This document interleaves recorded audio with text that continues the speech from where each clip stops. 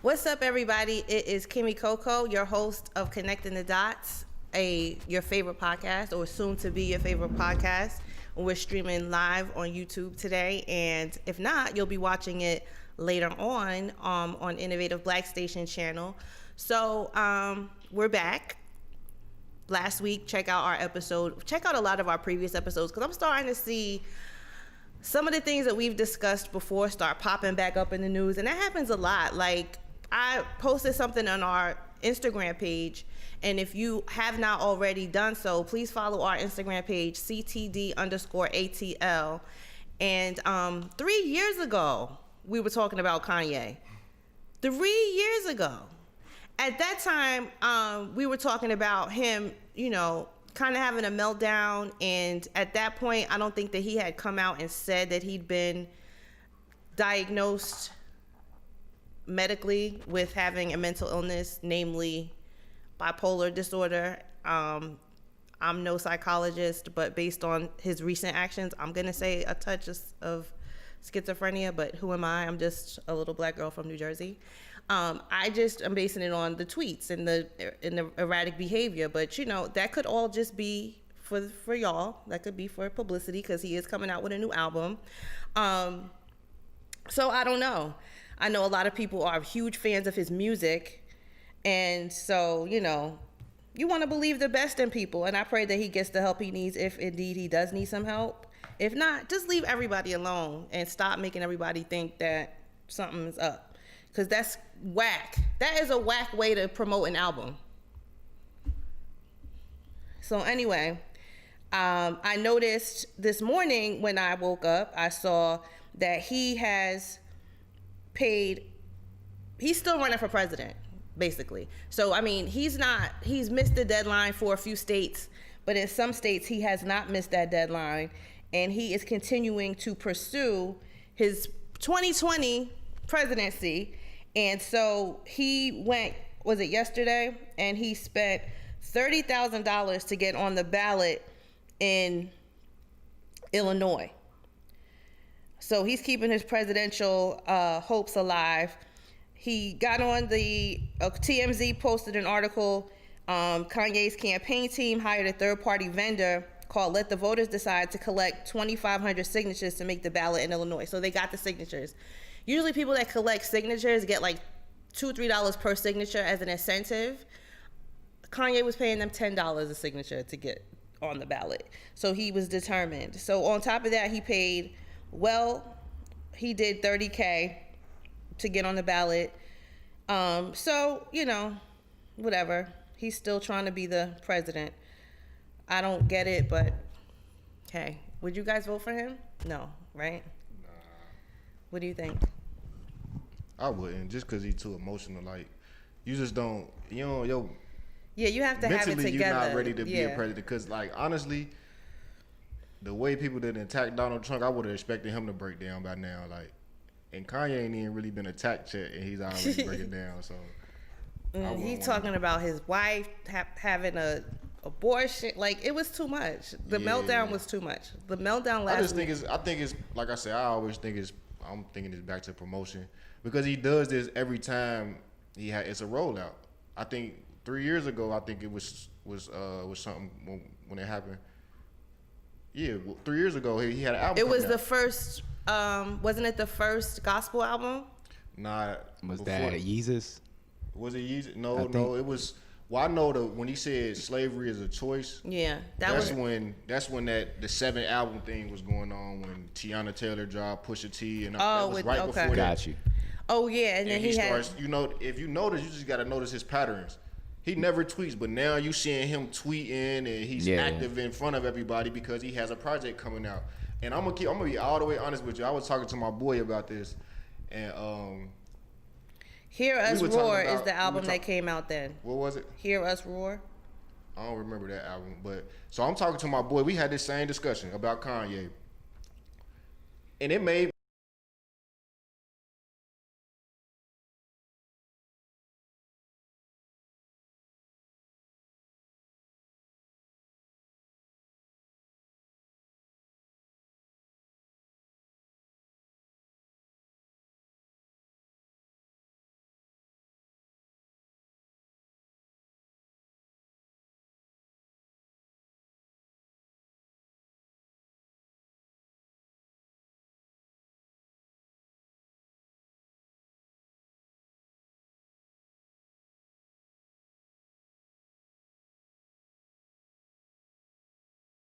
reflect on him, you know. So I think that's kind of I don't think he really wants to win. Oh, of course not. I don't think Trump wanted to win. I think it's just something that Say, oh, he was the president too. the male Right. ego needs to be fed constantly. You think so? I do. Or is it just them both being Geminis? Does that play I a don't factor? know. I think it's a man thing. I think that men just constantly need this, like, you know, I think some are worse than others, of course. You know, some are like ridiculous, which I would categorize them both in that category. It's like ridiculous. But I think as men just need their ego stroked, and they just need to have like things. I like can agree to accolades that. I think that's just a human thing. Yeah. Because with the man, it might be the ego. With the woman, it might be something else. So everybody needs that one thing that I guess makes them feel. And as a man, for men, it might be just the ego. I think it's the same for women as well. I think it's just in a different to a way. certain extent, I For agree. like a It might be a man- little more vain when it comes to women, like vanity wise. Like, Yeah, tell and me I'm beautiful. Yeah, but even so, like, I know for a man, it's kind of like you said, like accolades, because I think that's what solidifies you as a man. Like when you could look back and you could see what you've accomplished. I think the woman's Right. ego is more so like a, kind of like that queen bee mentality, or like having, you know, somebody serve them. It's kind of I feel like the female ego Like is your fed in that way. queendom. Right, like what you can demand, or what you can, you know, What you can get people to do for you. right without doing for yourself. You know, that kind of solidifies your Pampered. val- Being pampered is a Yeah. woman's act. Yeah, I I feel like that kind of validates a woman's value. Yes, I Just I really with like men, it. I feel like with men, like, not saying that it should, but money validates a man, because Yeah. that's what's Definitely. the pressure. You have to be the breadwinner. That's what we've been taught our whole life. So Oh, yeah. things like that, I can see that being. I really like it when Jay Black's like, do you want me to get you some water? Like, that's my thing. Yeah. Because I think that you're right.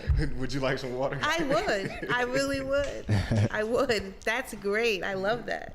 Because, you know, sometimes I'm thinking, like, does he see me sweating or something? Does he hear my voice getting dry or something? But yeah, we are switching topics now. So we are here recording, coming at you live from the home of a home turf war going on in the state of Georgia with our mayor and our governor. Now, you may think, why would your governor go against the mayor? Good question. I'm glad you asked. This is all about wearing a mask. Mayor Keisha would like for Georgia to shut down for a while, start over, you know, close the restaurants, the bars, the clubs, and let's start over again and, you know, get things under control. Nah, the governor doesn't want that. So Brian Kemp, what does he do? He's taking her to court.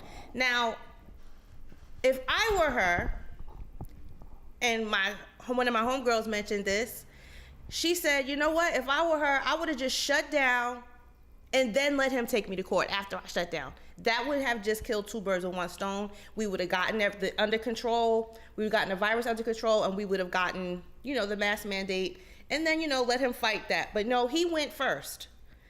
So according to this is the latest from the Atlanta Journal-Constitution.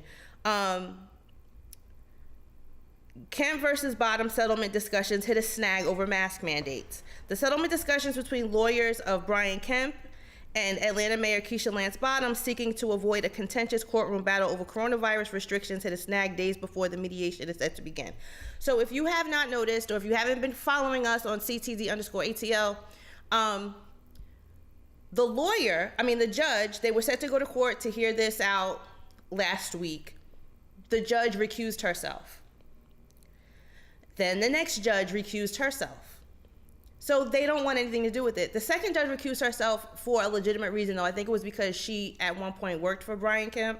So that makes sense, right? So she didn't want it to be a conflict of interest. She didn't want anybody later on to say she sided with him because she knew him or whatever. So both sides support Bottom's decision to emphasize the city's phase 1 rules, urging new economic limits are voluntary and not mandatory, according to two senior officials who requested anonymity to discuss private negotiations. Why is saving lives and potentially, eventually recovering the economy, how did it become such a contentious thing. Like, why? Why is it that you don't get that if we don't slow the hell down, we're never gonna get a hold of this thing? We opened up way too early. Georgia was the first state to reopen. Now, we get like, let me see where we're at now. Okay, wait, let me just keep on with this and then we'll go to the numbers. There's a deep division remained over whether Bottoms can require masks within Atlanta limits, which is very small. If you think about Atlanta city limits, it's not big. It's not even, I don't even think it encompasses DeKalb County. I think it only the part that's in Atlanta, right? Which would be considered the Atlanta city limits. State officials have agreed to allow cities to require masks on city property, but not beyond. So you guys are good. You guys that work for the city, the government, you gotta wear masks, but all of us out here, we just on our own. So what you're starting to see is the private sector, meaning like companies, McDonald's, Target, Kroger, they're requiring you to wear masks because the government won't do it. Kroger's enforcing it. I was in Kroger's yesterday and I was leaving out. And it was a guy, he was standing outside of Kroger. Somebody walked up without their mask. He was like, you got a mask. And it was like, I don't know what they said, but he was like, you can't come in, so you got a mask. Like, so they really enforcing it at Kroger. And some people will give you one if you don't have one, but everyone's and that's not what I was giving looking you for. one. If they had some or if they was passing some out, but they weren't. If you don't have one, get one. I know in Walmart it's a requirement too. Absolutely. I believe, right? Thank God. That's where they need it at, right? Atlanta officials want Kemp to remove a provision in his latest executive order that explicitly outlaws mask requirements. Really? You outlawed mask requirements? Seems kind of... Giving them leeway to require the use of masks anywhere within the city limits. The governor's office has insisted that cities can't require masks on private property. The lawsuit could have vast implications. More than a dozen cities have adopted mask mandates since Savannah's first instituted requirement for face coverings in June. So Savannah has been doing this mask requirement since June. Atlanta never got the chance to implement it, and he wants to sue her. Why didn't he sue the Savannah dude? But guess what? You've been saying it the whole time, and this is absolutely true in this exact moment. All power is in the people. All power is in the people. What if everybody just start doing it? Just do it. Just because, and now what is he gonna say? I mean, it's just like... Well, then, okay, we're going to get into that in a second. Hold on. So Kemp's office filed the lawsuit in Fulton County Superior Court days after Bottoms imposed a mask mandate and announced a return to phase 1. Do you guys remember phase 1? Mm-hmm. Okay. To me, I'm not mad at phase 1. We can go back to phase 1 if it's going to save lives. Phase 1 made restaurants stop dine-in services, residents stay home if possible. If it triggered an escalation, and they went back and forth. Kemp called the restriction confusing. Bottoms accused him of playing politics.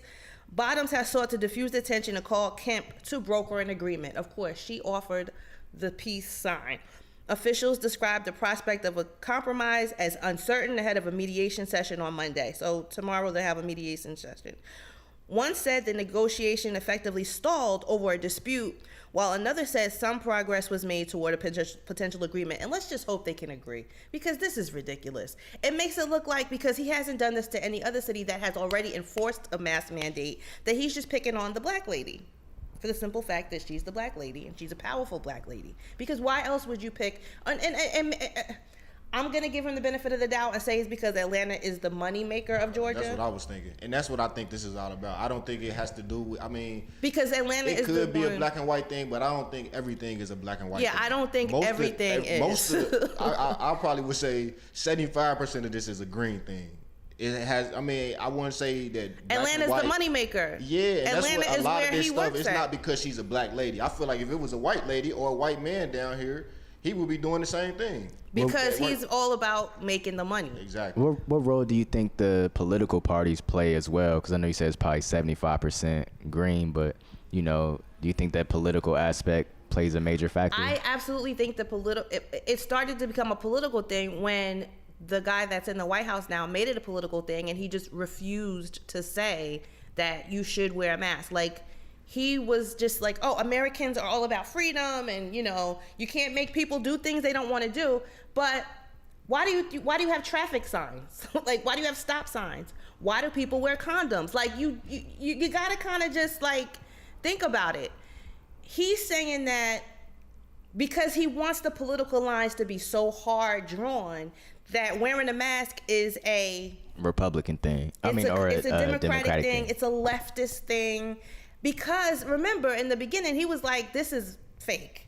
They're just doing this to ruin the economy. They're making it out to be more than what it is. The virus is going to go away. If it doesn't go away on its own, it's definitely going to go away in the summertime. And here we are in the thick of July in Georgia, and the numbers are going up every day. So they're going to go back to court on Tuesday. So keep up. Like I said, follow us.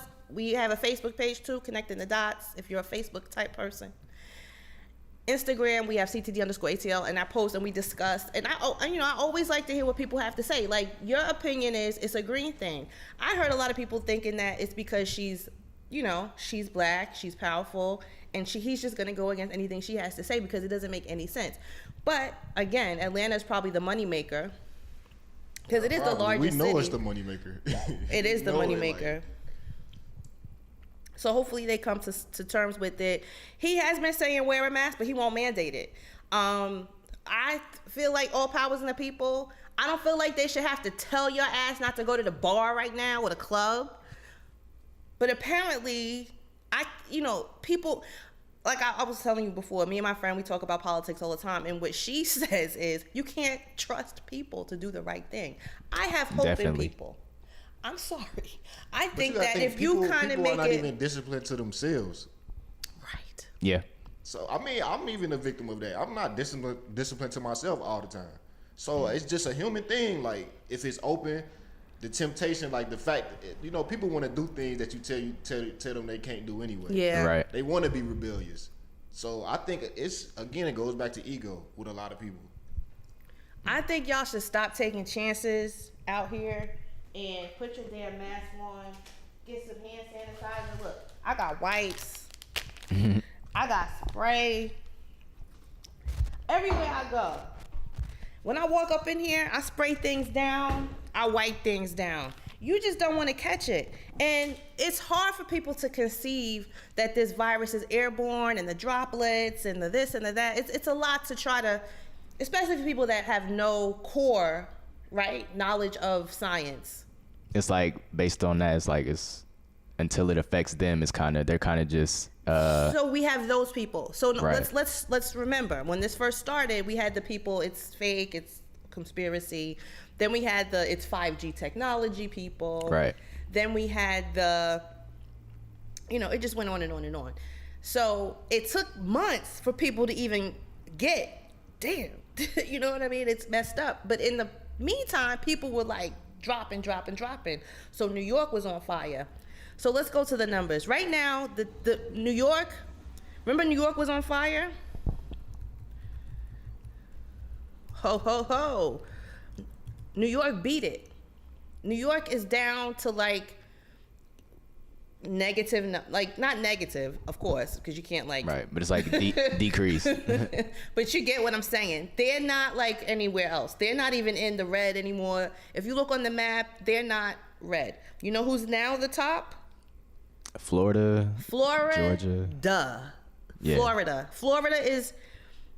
They added 9,000. I wonder why though. 300 new cases. Vacations. Well, I think it has a lot to do. What we're seeing now, people, please pay attention because I promise you, when this year first started, I felt in my spirit that this year was going to be the year that God shows us who people are. Right? You can pretend to be everything you want people to think you are, but until you get in the thick of things or when you're put in a scenario where you have to show yourself, people could think you are who you. God is showing us who everybody is. So what happened is, coronavirus got crazy. New York, Governor Cuomo, great. He did a great job. Look, this is what it is. You got to wear a mask. We're shutting shit down. We're not open until this. Clean the subway. He took care of it. That's what leadership looks like. We don't know what leadership looks like all the time because some people get into the, he looks like, he's saying all the right things. It's what you have to do. So now we see DeSantis. I don't know if you've ever checked out the governor of Florida or seen any of his press conferences, but he gets on TV and he's like, it's gonna be fine. We're doing better. Bullshit. But unless you're a person that looks up numbers and has like that core, and this is why education is so important, because you have to have a core, you have to be able to conceive certain things in order to understand them, right? Like, you can't just go by what somebody is telling you, and that's why a lot of people get jerked. Do you think also, because, you know, there's kind of that similar message between, you know, Kemp, DeSantis, do you think they're kind of just following the president's lead? Absolutely. So here's my conspiracy theory. And some of these have been proven. Because like we talked about before, I don't know if you guys remember the Mueller report. Do you guys remember the Mueller report? Yeah. So the president was accused of some election fraud. He was accused of asking other, and this is why he was impeached, right? Because he was asking other foreign entities to help win the election, to get him information, to do this, to do that. So allegedly, there are other people involved in this too. So it's like, hey, you're on my team. I'll help you get reelected because we got the magic computer guy over here that knows how to rig the system. So you won't have to worry about nothing. Just stick with me, you know? I think that's what's going on. Because why would you pledge your allegiance to someone that has never been in politics before as a politician? You know what I'm saying? Not to mention the fact that at one point, the FBI told, which was then the Secretary of State, Brian Kemp, now governor, that the election was being hacked, that our computers were being hacked at Kennesaw State University. And he's like, oh, we're not gonna, he said no. He didn't want to look into it. He wasn't gonna investigate it. Thanks for telling us, but we're good. I mean, how am I supposed to think knowing that? Especially now when so many lives are on the line and you're deciding not to, like, to admit that we should be wearing masks now is kind of like to admit a failure, because if you had done that before, lives could have been saved. To say that we should close down now would be you admitting failure, because that means we should have never opened up too soon. So that goes back to the ego. Definitely. You know what I'm saying? So now, I can't say you should do it now because, you know, you told me I should have done it then, but I didn't. So it's like, because they don't have a core understanding. I mean, to be elected a governor doesn't mean that you're like a doctor, like you have to know about science and stuff like that. So when the experts were saying shut down, think about what that was going to do to the economy. They're going to bankrupt the states and unemployment and all that stuff. They did not want to get involved in that. And again, back to the ego topic and back to how we were saying with Kanye, like Brian Kemp, Donald Trump, what's his name, DeSantis. They don't want this on their record that the economy went down. Again, it goes back to their legacy. They're still trying to protect their legacy. Like you say, they didn't act at the right time, so now they backtracking. And, you know, for them to admit, like you said, if they admit, it's kind of hurting their legacies.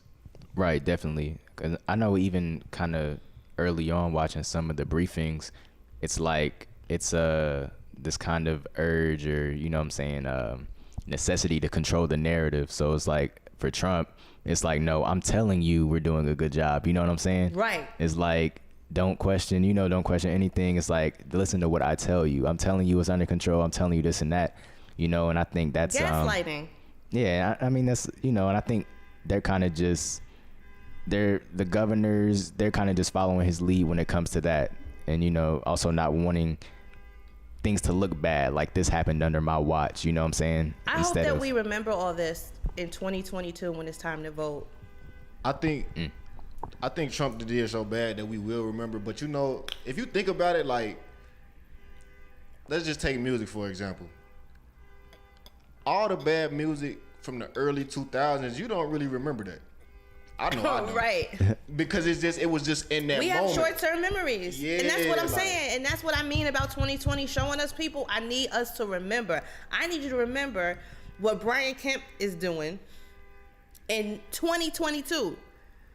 And there's so much going on right now. I want us to be able to look at, you know, somebody's going to make a documentary about the COVID thing and all that. You know, somebody's going to have to, we have to actually go back and look at this in hindsight to get a big picture about what happened. I mean, we're still in the thick of it right now. So we can't even see it from a different view. We're still in it. We're still fighting it. We're still like trying not to get it. So we have to get to the point where we say, what happened? How could this happen? How could this have been prevented? How did other countries get a hold of it? Because remember, we're the hot spot right now in the world. So what are we not doing that other countries did? We are the hot spot. So as of this morning, the Florida Department of Health confirmed 9,344 new cases. Remember, this is like kind of delayed because it takes so long to get your test results back now because the labs are slammed. So this is probably people that took a test 2 weeks ago. So we're kind of like 2 weeks behind in the data. Remember that. 77 people died in Florida. Florida's not that big. Well, that's why I was asking, like, why do you feel Florida, their cases is crazy like that? Because they don't have anyone in leadership that's telling them you need to wear a mask, you need to stay home, you need to do whatever you need to do to get this virus under control. They don't have any leadership. The only reason why New York got a hold of it is because New York had a governor. He had leadership. He got on TV every day. People that weren't even in New York were watching his press conferences every day because we didn't have any leadership. Our country has no leadership. Because he doesn't want his hands drenched in blood from this thing, from the deaths, he's like, let the states handle it. We'll give them everything they need. Just like you said, gaslighting. Oh, whenever any state calls us, we give them what they need right away. No one needs anything. We're good. But the states are like, no, that's not what's going on. We're struggling. Our hospitals are at capacity. State health officials in Florida announced that 1 non-resident death. The update brings the statewide total. This is how many people have been confirmed with COVID-19 in Florida. 423,855 people. And do you think also, like, because Florida's also just basically like a hot spot as far as, you know, vacations? Yeah, like Miami-Dade, Broward, Palm Beach, Monroe counties accounted for 50%. So yeah, you know, Miami's the hot spot. That's where everybody. And I know even just personal experience, you know, just family members and stuff like that. Like, there's been a lot of, you know, I guess, you know, traffic to that area just because, you know, you have cheap travel. Yeah, you have cheap tickets, you know, so people that, you know, usually can't experience these things, it's like, hey, in their minds, it's like, okay, it's affordable now, so, you know, why not? They feel like it's worth the risk. Yeah, so, and then I think, too, you know, people live together a lot in Florida. Like, there's multi-generational homes. There's people that live with roommates. Like, once you get it in your house, everyone in your house gets it. That's how it spreads so fast. It's not necessarily like, you know, like we're like in this place, we're way, way far apart from each other. It's usually enclosed spaces. Yeah, like beaches as well. You gotta think too, like, now that you're saying that, that's not the narrative being pushed in the media. And I think that's a lot of the reason, like, people, they not taking it serious because it's so much information. Like, 1 minute they tell you, oh, you can only catch it inside. Like, basically, when the protest was happening, I was talking to you, I'm like, I don't get how the protest, you're not getting at the protest. But if I go in a restaurant, like, they saying the numbers from the protest, a lot of people didn't get it from the protest. But that doesn't make sense. But the narrative is that people are getting it from going to the beach. So what's the difference from that and the protest? Well, I think that people aren't leaning towards scientific evidence and they're using whatever they can. Like Brian Kemp said it was from the protest. In the last press conference I saw of his. And it's confusing the people, the consumers. So people like, they at the point like, man, they don't know what's going on. So look at this. So they about to take their risk. That's what people at with it. They taking risks because I stayed in the house for 2-3 months and y'all still don't know what's going on. Y'all told me at the beginning, oh, when it get hot outside, it goes away. Like, y'all, I mean, not y'all, but these people that's giving us this information, they're just as clueless as we are. So it's just like, what do we really do? So look, you see this? Look at this. I'm going to spray this. You see that? You see all that? You see all that going that's what it happens when it comes out of your mouth. And why do you believe that? I mean, that is what happens when it comes out of your mouth. Why do you believe that that's effective? This? Yeah. Why do you believe that Lysol is an effective way to kill that germ, to kill germs? It's because it's on the EPA website. That's because they told you that. Yes. But they is relative to who they is. They is the scientists. They is the people that tested it. They is the people that had a petri dish and had the virus and put this on it and the virus died. That's the type of shit I need to see in order for me to believe some shit. Like, I need to see scientific evidence, proof, testing, blase, blase, blah. So Governor Ron DeSantis' decision making, this is via the Washington Post. Governor Ron DeSantis' decision making during coronavirus crisis has become increasingly shaped by politics and divorced from scientific evidence, like what you were saying. Mm-hmm. The Washington Post reported that rather than relying on the advice of scientists, the governor relies mainly on his wife and the chief of staff. So you see, like I did this, right? And you see all the little, when you talk, stuff comes out of your mouth like that, and that's how it gets spread. So when you're outside, it's not as easily spread. Of course, if you're in my face, it could, but when you're inside, it just circles around inside. You know what I mean? And that's why I'm adamant about, like, open the window, have the fan, do something to keep the air circulating. Just like when you catch a cold, right? We still have a bunch of people that think you're gonna catch a cold because you don't have on a hat or a coat. Like, that's not how you catch a cold. Yeah, it makes your body more susceptible because instead of fighting viruses, it's fighting to get warm. But you still catch it from, like, everyday things. Right. You still catch it from other people. You still catch it from touching stuff that somebody that had it touched. It's the same thing. The common cold is a coronavirus.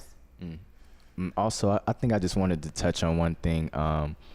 Also, like, when it comes to the narratives that's being pushed about the virus, I think what's not being addressed is kind of the incentives. Like you said, Governor Kemp said, it's being spread during the protests.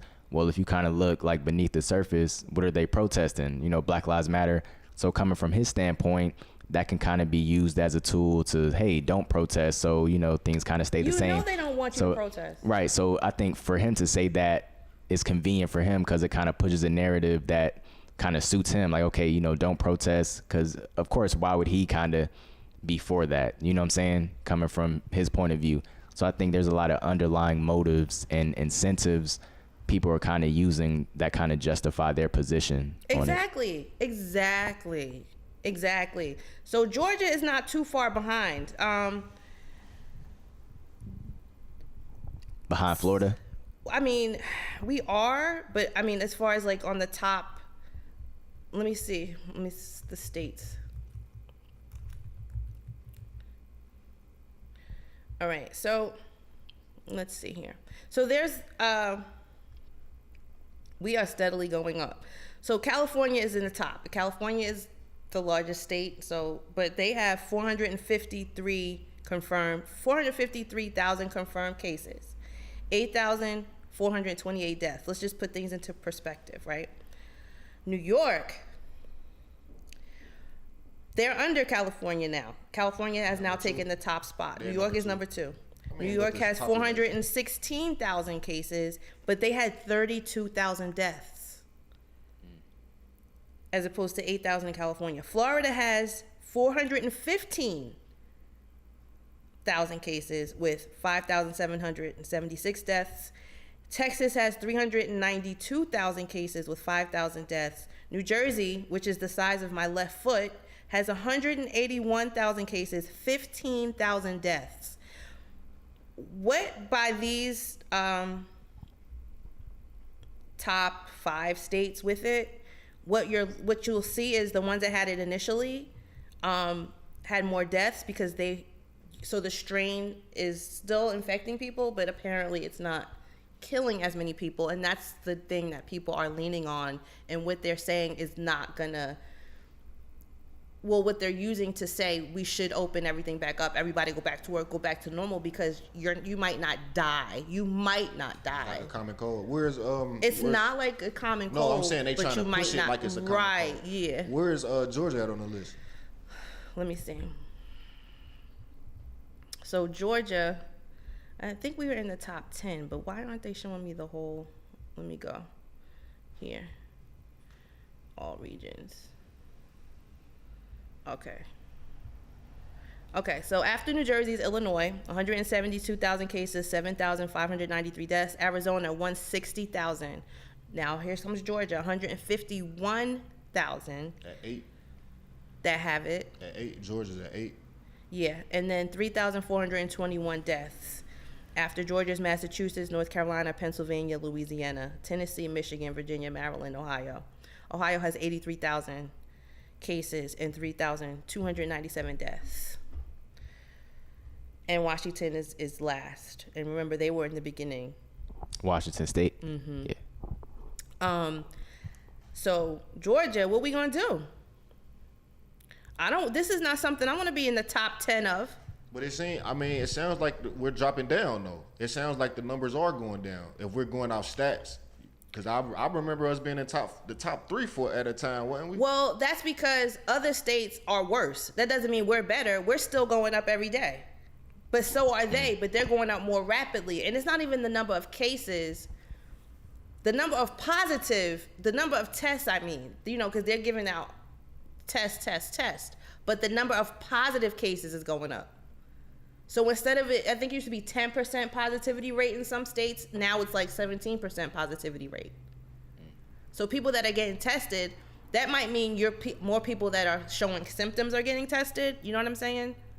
But I mean, that's what I'm saying. Like, our numbers are they might still be going up, but they're going up at a slower pace. If at one point we were in the top, but I'm saying if one point we were in the top 5 for the states, and now we're not in the top 5. Yeah, they might still be going up, but they're not going up as rapidly as these other states. They're going up as rapidly, but they are getting it more. So help me understand why we dropping in the stand. Because theirs is going up faster. That's what I'm saying. So we have less. We're doing something different down here that got control of those numbers. They're still going up, yes, but they're not going up as rapidly as they were at first. It's other states that hasn't taken the proper protocol and now their states are above us, or their numbers are above ours. The number of new confirmed cases is now 50,000 a day for the whole country. We are one of the red states. Like, I guess they made the top 10 red. 50,000 per day. This is what it looks like for the whole U.S. And this is from March. Can you see this? Just to get an understanding of how rapidly it's going up. Can you see it? We get the picture. We can't see the number, but we that's what I mean. I just need you to see how. That's from when is that spike? What date is that spike? Which one? Like the last June. spike? Like that main, like you see how it's flat and then it kind of spike all the way up. What do it go about a month or something? That's when we reopened. What was that, June? Yeah. So that makes sense. Yeah. That's when we got testing too. So it more makes sense. testing. Yeah, so that makes sense. Yeah. Yeah.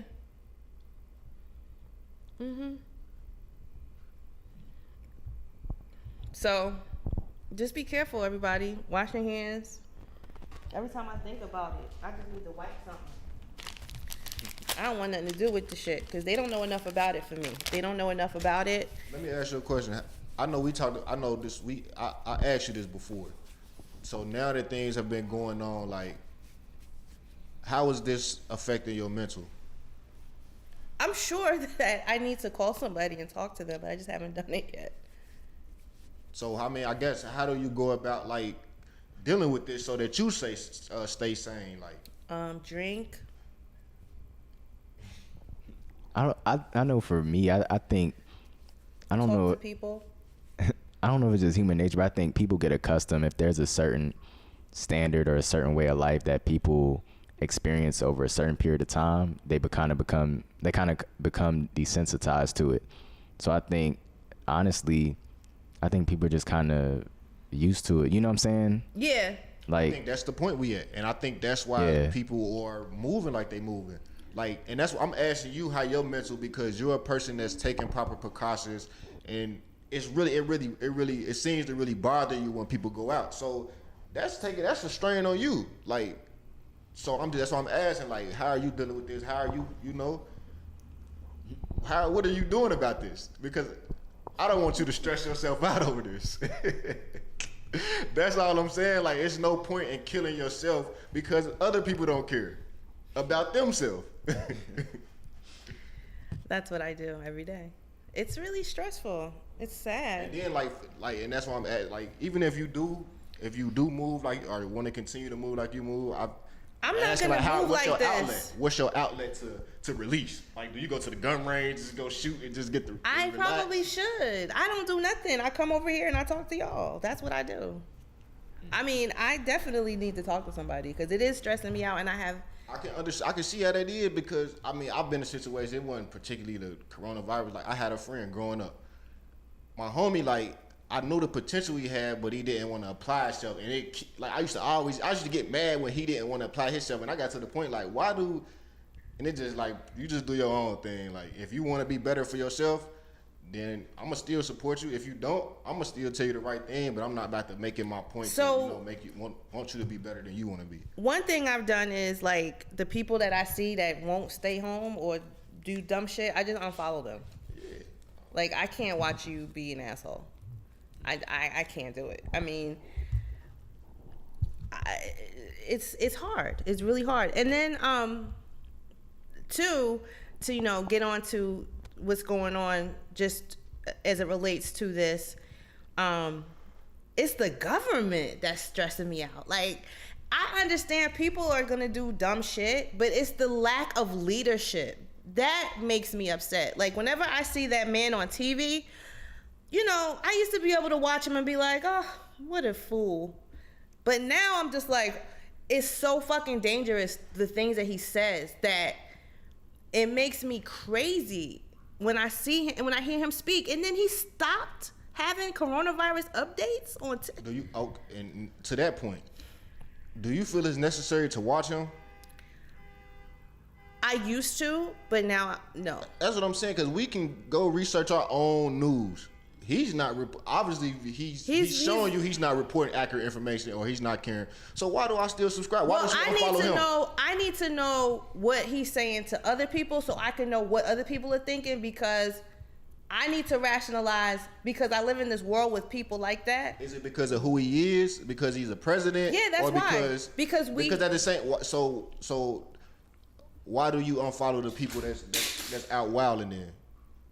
Because I don't they're still pushing that message. They have a following that they're pushing that message to. It's just like it's whatever you subscribe to. Like if I don't subscribe to what he has to say, then or if I'm gonna look at him and if I'm looking at Donald Trump to tell me a certain thing, I'm not looking for that. I'm gonna check and see what he has going on, because of course he is the leader of America, this country. But I'm not about to be to the point to where it's bothering me. I'm gonna give you an example. I'm gonna give you an example. You may work somewhere where the leadership of your company subscribes to that theory, his theory. We are in a country that some people romanticize the presidency, that position, and all it's supposed to mean, right? So you might work for a company and the CEO subscribes to that. You don't, but you need to know, okay, what is he telling them? What is the logic behind some of the decisions that are being made that will affect my life, directly or indirectly? So you kind of want to know. That don't mean you're going to subscribe to it. You're going to you need to see what the other side is doing. You know what I mean? I think that was an interesting point too, because I think that goes to just being, I guess, just the allure of just the presidency, because like, no matter how asinine what he says, like no matter how asinine it is, it's like he still holds some legitimacy just because of the title he holds. Exactly. It's like people know or expect something, just brash or just completely out there, but it's like you still can't delegitimize him just because of the position he holds. I think that's interesting. It's like you still have to be attentive. But okay. I think up until this year, I think that's true. That was true. Up until this year. Because now, even with celebrities, like, when this shit shut down, like, we start realizing how, I wouldn't say irrelevant celebrities are, but their opinion is just an opinion at the end of the day. It's just as relevant as yours. We always put them on a pedestal because they're a celebrity. And you feel like this just kind of reveals we put him on a pedestal because he's the president. He has this title. It's showing us who people are. And we are learning who people are. Going forward, like, I feel like we at a point now where everybody's questioning everything, so everybody's gonna do their own research. I think taking away those opinions, and I think the world is moving in a different way. I think that at the point that we were in this world, as far as foreign policy, people didn't think it was like, you didn't necessarily have to have a legitimate foreign policy to run for president. The only thing that the president that is in there now ran on was he's going to build a wall, he's going to make some money. And people were just like, oh, great. You didn't realize that, you know, some things affect the world, like a virus. So you might need to have somebody that in a situation like that, that just is going to show going forward. When you vote for somebody, make sure they have leadership skills. Don't just vote for the guy that's going to hate what you hate. Well, I think that kind of goes back to just like the cult of personality. Because I feel like a lot of times, even like, you know, any major political figure, I feel like most people more times than not listen to how you say things or what you're saying instead of kind of like going back and analyzing them. Like they kind of go based off of how you make them feel. Like even with kind of us, and it goes back to our protest or our plight. A lot of times you kind of initially saw people singing songs, and you know, it's like that "We Shall Overcome." It's kind of like that church thing where it's like you just want to feel better about a bad situation instead of actually looking back and actually analyzing and taking like the practical steps. A lot of times people just want somebody to reiterate what they feel or tell them what they want to hear. So if you're like a racist or, you know what I'm saying, kind of refined or whatever, you know, and you kind of that mentality is still in you, it just takes somebody like that to bring that out of you, you know, telling you the things you like to hear. And it's like, hey, you know, you just roll with it, you know, you not really analyzing. So it's just about what your interests are at the end of the day. Absolutely. Another thing that's affected by the government that's going to affect our lives is the stimulus package. So they're still going back and forth. They're supposed to meet up with the Republicans and Democrats. Of course, they're not agreeing on what should happen. But all I know is we've only got $1,200 3 months ago, and it's done ran out. That's all I know. So next week, Steve Mnuchin, who is Steve Mnuchin? Steve Mnuchin is the Treasury. Yeah, he's the Secretary of Treasury Secretary, and Larry Kudlow, who's Trump's economic advisor. He's the guy from CNBC or Fox Business something. Steve Mnuchin was on Fox News this morning, and he said that the deal could be done in pieces. He said that the latest bill has a high priority in unemployment benefits. So people that want unemployment got an extra $600 per week. They're trying to get rid of that because they want people to go back to work, because people won't have an incentive to stay home if they're getting an extra $600. I think I read that they got like they gonna, in the new bill, they're gonna add like a $400 instead of $600. No, a $400 bonus for going back to work. Yeah, that was on the table. I think they was gonna cut it down to like either $300 or $200 instead of the $600. That was per week. What's that? The 400. I think the 400. I think it's that just might be a one-time thing. Yeah, like if you get a job, they'll give you $400 just because you got a job. Oh, wow. And I think they trying to cut down the weekly to 2. But if you want people to go back to work, why don't you get the coronavirus under control? That's not because they don't want to work. They are not going to work because they don't want to get sick. Like, I don't get why they don't see that. Like in my instance, like with production, we don't really have much work. Because, you know, on production sets, it's a lot of people. A lot of production is shut down, like events. A lot of them, down. yeah. I do a lot of events. I had a conference coming up that has been shut down, so it's just like I'm not able to go back to work, even if you. Did you apply? What? For unemployment? Yeah, but I'm saying like if this was, I'm saying for the people that's in this, like we're not able to go back to work. It's not that we don't want to work. Absolutely. We just don't have any work to go to. Like I do staging as well. I do staging for different concerts. That's shut down to I don't know how long. So it's just like, you know, again, like you said, it's about getting this under control. It's not about forcing people to go back to work. They're supposed to unveil their proposal of what they would want it to look like on Monday. So hopefully it's not too fucked up where the Democrats have to shoot it down and we can get some damn money. I don't know, y'all. 20 weeks or 5 months, that's how long a new round of weekly unemployment payments could be delayed by. Republicans want to tie a new weekly payment, about 70% of a worker's lost wages, which is harder for states to calculate as opposed to a flat rate. Transitioning to the sliding scale could take anywhere from 8 weeks to 20 weeks. So there will be a gap where people don't get anything. this is crazy. I mean, I just don't like the way that they're handling this, but hey. They didn't even have their shit together to get us $1,200 checks out. So I have zero faith in anything that they do. Like I said, you got to take care of yourself. You can't depend on them because they don't have it together. And that means for your health and for your finances. I think personally, and I think as the world, like this showed us you got to be prepared for everything. You got to be prepared, like, yo. I know it woke me up. Like it opened my eyes to different things. Like, cause sometimes, you know, you just be out here just living. And it's just like, nah, you gotta have things in order. So it definitely, for sure. It definitely woke a lot of people. I know me personally. Another thing that was going on last week that has something to do with the government is the protesting in Portland. Have you guys been paying attention to that? Yeah, and I know they sent them to Chicago now, which is interesting because that's kind of, you know, that's Chicago is, you know, at least as it pertains to us, has always seemed like it's like a deflection point, you know. It's like, oh, well, what about Chicago? Da-da-da. So I feel like that's very symbolic, you know. Yes, absolutely. But, you know. The mayor of Chicago does not want Trump to send the National Guard or whoever those people are, because we still don't know who that is, because they don't wear... Right, I know. I heard they ride around like unmarked cars. Unmarked cars, kind of locking people up. No badge, no identification. Right. That is crazy as hell. We cannot let this go on. Like, I don't think people understand how crucial this next election is. Yeah. Then I know it's even crazier because, like, they're doing that under the guise of stopping crime. Right. Which is like, and that's why Chicago is so symbolic. I mean, you got people that's in the house. I mean, I haven't really studied the numbers, but I'm sure there hasn't been that much of an uptick in crime, you know? In Chicago? Yeah.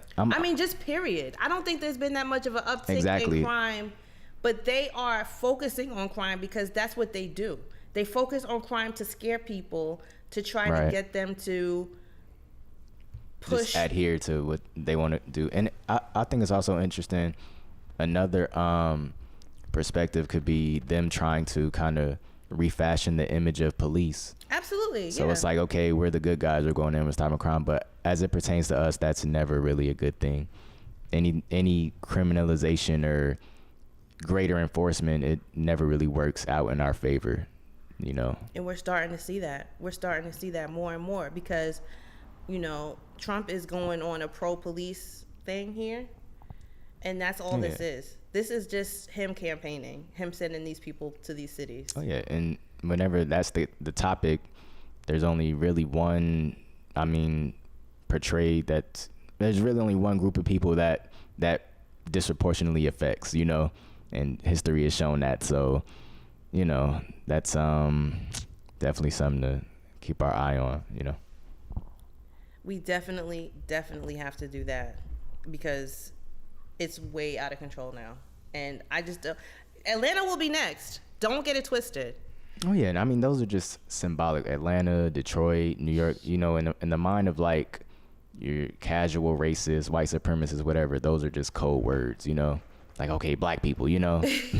So, because Kemp already has the National Guard guarding the buildings. I don't think they left yet. They're still here. He declared a state of emergency and has the National Guard like at the Capitol and all that. And I think that was because of the protests. He did that after the little girl was shot down at University Wendy's. Right, the 8-year-old. Yeah. So, we're going to wrap it up soon. You guys have anything else you wanted to talk about? Did I miss anything? Let's see if I missed anything. Did I? Do you see anybody commenting? Oh, I know what I missed. I'm super excited. Mike Tyson. I don't know if you guys know this, but I love Mike Tyson. Like, I've always loved Mike Tyson. It's going to be interesting to see. Mike Tyson and Roy Jones Jr. will face off in September. What do you guys think? Who do you think? I'm with Mike Tyson. September 12th. They will face off against each other. I'm with Roy Jones. I wish he could fight. Why can't he fight Floyd Mayweather? Like, that's the ultimate fight for me. Nah, are they two different weight classes? Yeah. So Floyd Mayweather's too little? Is that what it is? Floyd Mayweather my size. What's your size? You're skinny. Like 150. Mike Tyson is thick as hell. Mike Tyson like 220. I think like he probably like 240, Okay, 250 now. Like, So that's why. He had knocked Mayweather head off. So that's what I'm saying. They can't fight each other because they're not in the same weight class. Hell nah. Hell no. That'll be Floyd Mayweather's death date. Mike Tyson is big as hell. So Roy Jones Jr. is big like that? He a heavyweight. Heavyweight. I just feel like the reason I'm picking Roy Jones is because Roy Jones, he still fights. Like, he's still been fighting. And I think I saw Mike Tyson saying at one time, like, when you in a good space, you really can't fight. Like, it's not when you in the, like, he was fighting like for his life in a sense back then. Like, this is how I'm living. Like, he's a and that's why I think Mayweather gets a lot of, like, I commend Mayweather myself personally because he's already rich and he's still out there fighting at the highest level and he's still out there, you know, perfecting his craft. Mm-hmm. A lot of people, they fighting, they releasing a lot of anger. You hear about those boxer stories, those MMA fighter stories. They was homeless, they didn't have anything, they fighting cases, all that. Like, the boxing and all that is a way to get their aggression out. Yep. Mike Tyson, he's in a relaxed space. Not saying that he gonna go out there and, you know, get knocked out, but he's not coming as hungry. I'm gonna eat your kids. You feel me? He's not at that point, so I don't think. Right, it's like you have to like gym up. I think that was like his thing that hyped him up, like that made him a killer in the ring. Yeah. So you feel like that's not there no more? It don't need to be there. Like, he's at a good. Right. I'm glad it's not there. Like, I'm glad that he's mentally in a better space. You feel me? I was on my way here. And I had to stop because they, John Lewis, rest in peace. I have to mention him before we go. Man, what an amazing life, right? To come from Troy, Alabama, and that's where my family from. I'm probably related to him. Remember really? my grandpa came here. Yeah, that's right. I wonder, did your granddad know him? I don't know. I just talked to him Saturday too, or not Saturday, Friday. So John Lewis, the civil rights icon, the congressman, I think, are we in his district right now? Downtown Atlanta is his district. So they're gonna replace him. I think tomorrow they're gonna. Let me see. Well, today this casket was brought across the bridge in Selma, Alabama, where his skull was fractured during a march for voting rights. And a few months later, the Voting Rights Act was passed. So we owe a lot to him. And I pray that his family is comforted in knowing that he changed the world and that we will never forget him. We're going to do everything we can to keep his legacy alive. Georgia chose Nikema Williams to fill his spot. If you remember, she is a very, very strong candidate.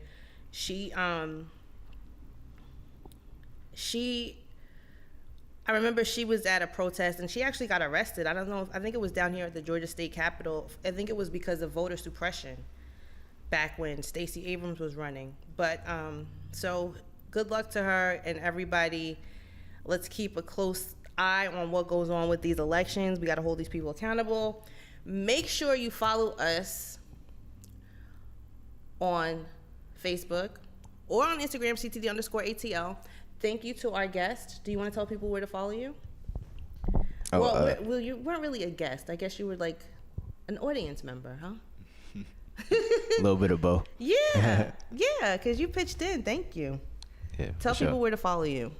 Oh, definitely. You could just follow me on Instagram at Jared, and it's the Roman numeral 7, so JARED VII, and I do a little modeling, something. So you could just definitely check me out.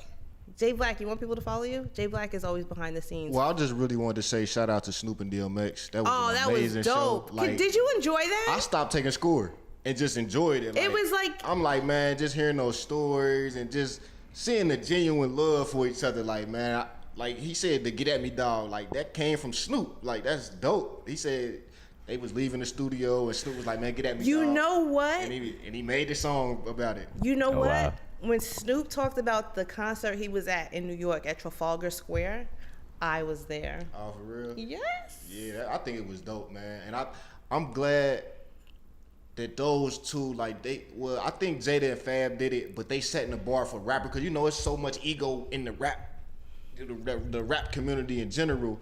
But to see these two icons, they coming together and they can just share a moment and just appreciate each other's music, like I think it's dope. I think it's dope for the whole hip hop culture that it doesn't have to be this animosity all the time. Like, you great, I'm great too. Let's just celebrate what we brought to the culture. Man, that was so much fun. Yeah, I enjoyed it. And DMX hilarious.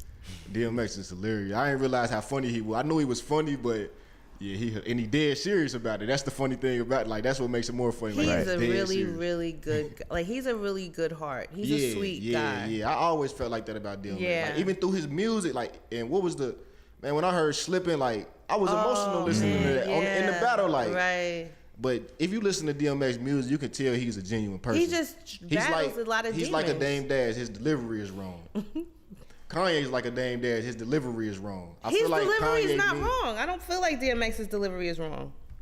I think, it's aggressive. It's aggressive. It's very aggressive. People don't understand aggression. It's aggressive. It's very aggressive. I didn't know if anybody like you guys' age would enjoy it. I mean, of course we did. Nah, I enjoy it. I mean, I grew up listening to DMX. So, it's hard to gauge, like the younger millennials and the older millennials. Like, there's a very definitive line at what age people kind of lean toward, like the older hip hop. You know what I'm saying? Like, not even if you were just a huge fan of it, but you can appreciate it because you kind of like heard it. And then there's that line where they're just like, who's that? It maybe be the early 90s. Right. Like the early 90s kids. The late 90s. The late 90s are the ones that kind of, right. Because that's when things start switching. It was different. No, but I could say I was born in 98, but I could say like, you do have people that's like, they definitely have like a respect. Like, they like Pac, they like Biggie. Like, they definitely have a respect for, what I'm saying, that generation, whether it's hip hop, R&B, whatever. Like, they're I could say like they're pretty well versed, So T.I. is challenging 50 Cent. I don't know what happened to that. And then 50 Cent didn't bite the bait. So then he's like, well, I want Jay-Z then. I don't know who's going to be next, but I would like to see. This morning I saw floating around Chris Brown and Usher. That's a good one. I think Maya came out, said she wanted to battle somebody. Ashanti. No? I don't think that would be a good battle for Maya. No. I think Ashanti and somebody said Monica, but I don't know. Nah. I don't know if Monica got enough hits. Monica and Brandy, that's the best one. I don't know if Monica got enough hits though. Yeah, she does. You gotta like hear Monica her. got some good songs. Like, I know she do. Like, I like Monica. I mean, what you need 20, right? What is it? 20? Like, you need 20 legit. Brandy was like, but they do features too now. True. Yeah. So you do a lot of R&B singers. Yeah. Like, especially the collab with hip hop artists. Okay. I don't know who else. I heard Rakim and Big Daddy Kane. Somebody said, damn, what did they say? It was Maxwell or somebody. And I'm like, man, that'd be so peaceful. Just like Jill Scott and Erykah Badu. That was lovely. It was long. I didn't watch that one. I didn't watch it like.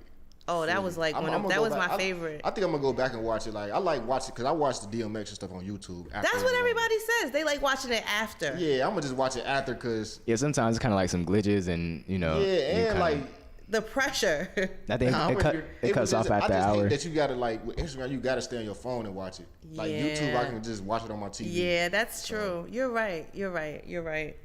Well, we're gonna wrap it up. There's so much I could feel like we could sit here and talk all day because there's just so much going on. And you know what usually happens to me when I get home and I'm like, damn, I should have talked about.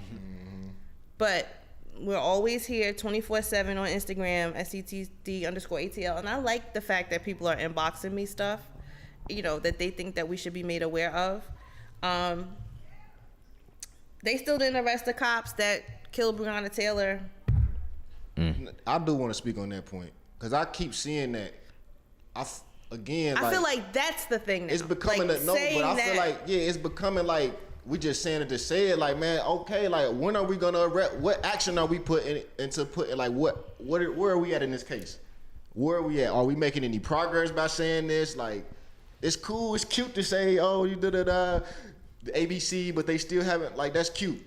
That's like cute. That's not action. That's not action. Like, yeah. Okay, we've raised awareness. That's what everybody want to start with, raising awareness. Okay, we know what's going on. Now what? Now, what actions are being taken to arrest these Because people? you keep saying that, but what now? Are we going to continue to say it in 2029, say her name?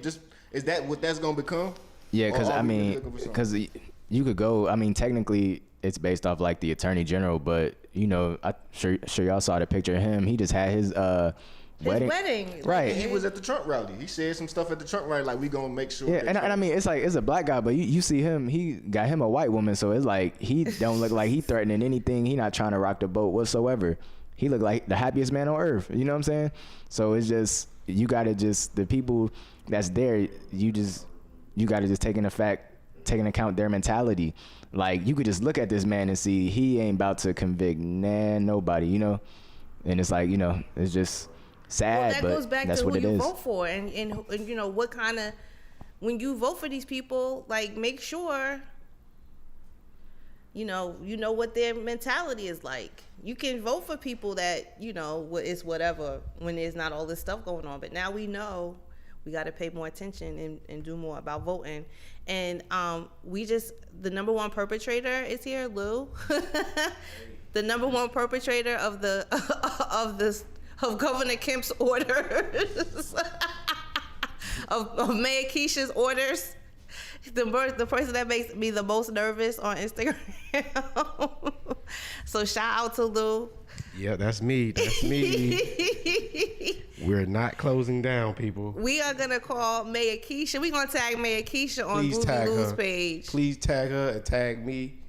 And I'm gonna tell her that she need to get on her herbal. We need to send Lou back to Florida where he came from with the 400,000 cases of COVID. Hey, them folks need to order them some sea moss and get their life together. Something ain't right. That. Take care of yourself. We won't have to worry about no viruses.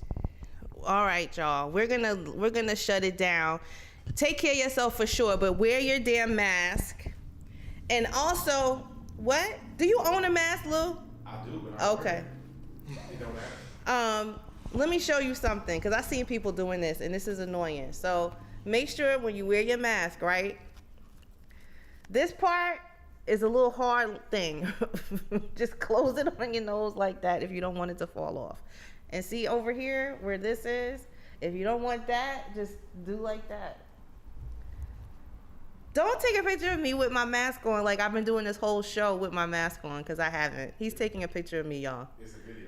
Oh. All right, so make sure you follow us on Instagram, CTD_ATL. We're going to wrap it up. You can also follow me on Instagram at ChocolateGRLWonder. Hopefully you guys are going to stay safe until we see you again. Wear your mask, wash your hands, social distance, all that good shit. See you next week. Peace.